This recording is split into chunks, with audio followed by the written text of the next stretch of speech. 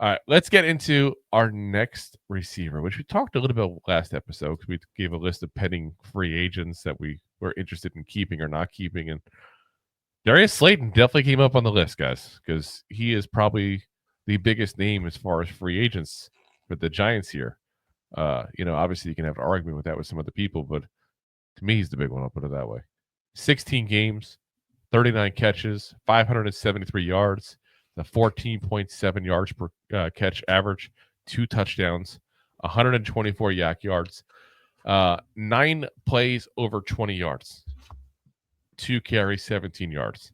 He had a 59.0 PFF grade and a 59.9 receiving grade. 1 punt return of the year as well, but for it was a fair catch, so no yards on it.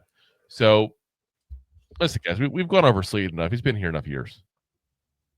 Underappreciated. And I even got with the last video we put up whether or not we should re-sign him. We had Giants fans in the comment section like, "Oh, Giants fans seem to be happy having mid players." No, it's not a mid player when you 700 yards a season with guys like Daniel Jones and all these other schlubs as a quarterback. I'm sorry, that's not mid.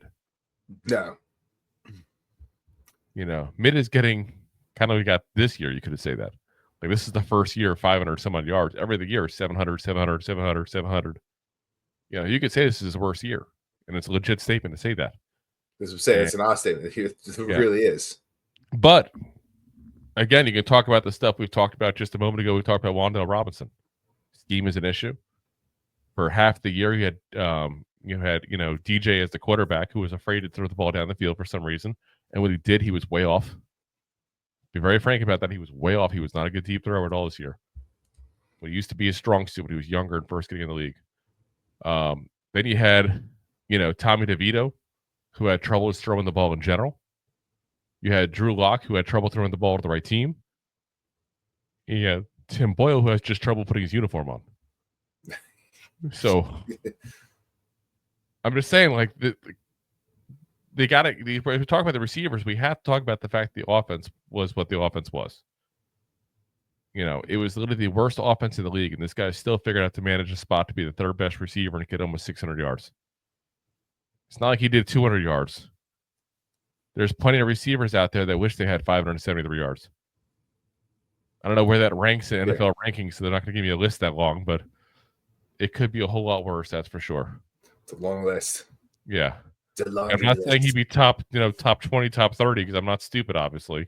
But he's definitely probably more than average still as far as receiving yards.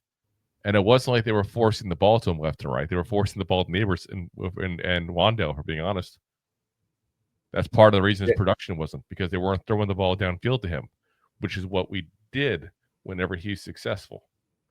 By the way, I'm looking it up. He was 59th in the league in receiving yards. It's not too shabby.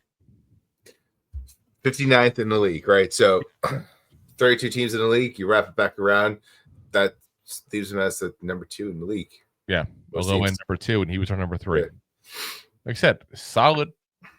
I still say it. I know I'm getting a crud for it. I get crud for it every time we say it in the show. Solid. He's not a Neighbors. I'm not trying to say that. He's not an OBJ. I'm not trying to say that. But he's a guy who has succeeded under the worst possible conditions, basically, in all of football. What, our coaching staff? Yeah. Well, I'm not saying you have a guy who is speedy and depends on getting the ball down the field and deep throws, combined with a team with a bad offensive scheme, bad quarterback play, and an offensive line that has trouble blocking and keeping the quarterback off his butt for more than 2 seconds. Yeah. All these things hurt Darius Slayton big time. Telling you, part of me, and I hate to say it as a Giant fan, but part of me almost hopes he would go elsewhere so people can see what he is. This is where we get have buyer's remorse of, let him go. No, it's not even that way. I just feel bad for the guy. You know what I mean? It's like, think of it this way: like, you ever see somebody with a vet they keep under a tarp in the garage?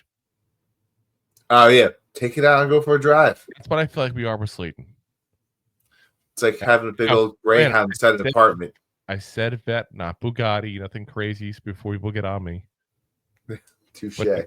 But he's a really fast, really good value player, which is what a vet is. very fast car. It's a good value. That's what he is, guys. Imagine just having like a greyhound, like not the bus but the dog, just stuck up in an apartment all day, hours on a day. Yeah. Just let him go out to a farm. Let him run.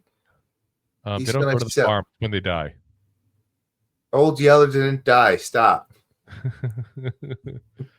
He did. He had the rabies. Spoiler alert. If you like that clip, then you will love the full episodes too. Find us on your favorite podcast app and look for us on all your favorite social media platforms. Thanks so much. Please, I'm begging you. Please subscribe.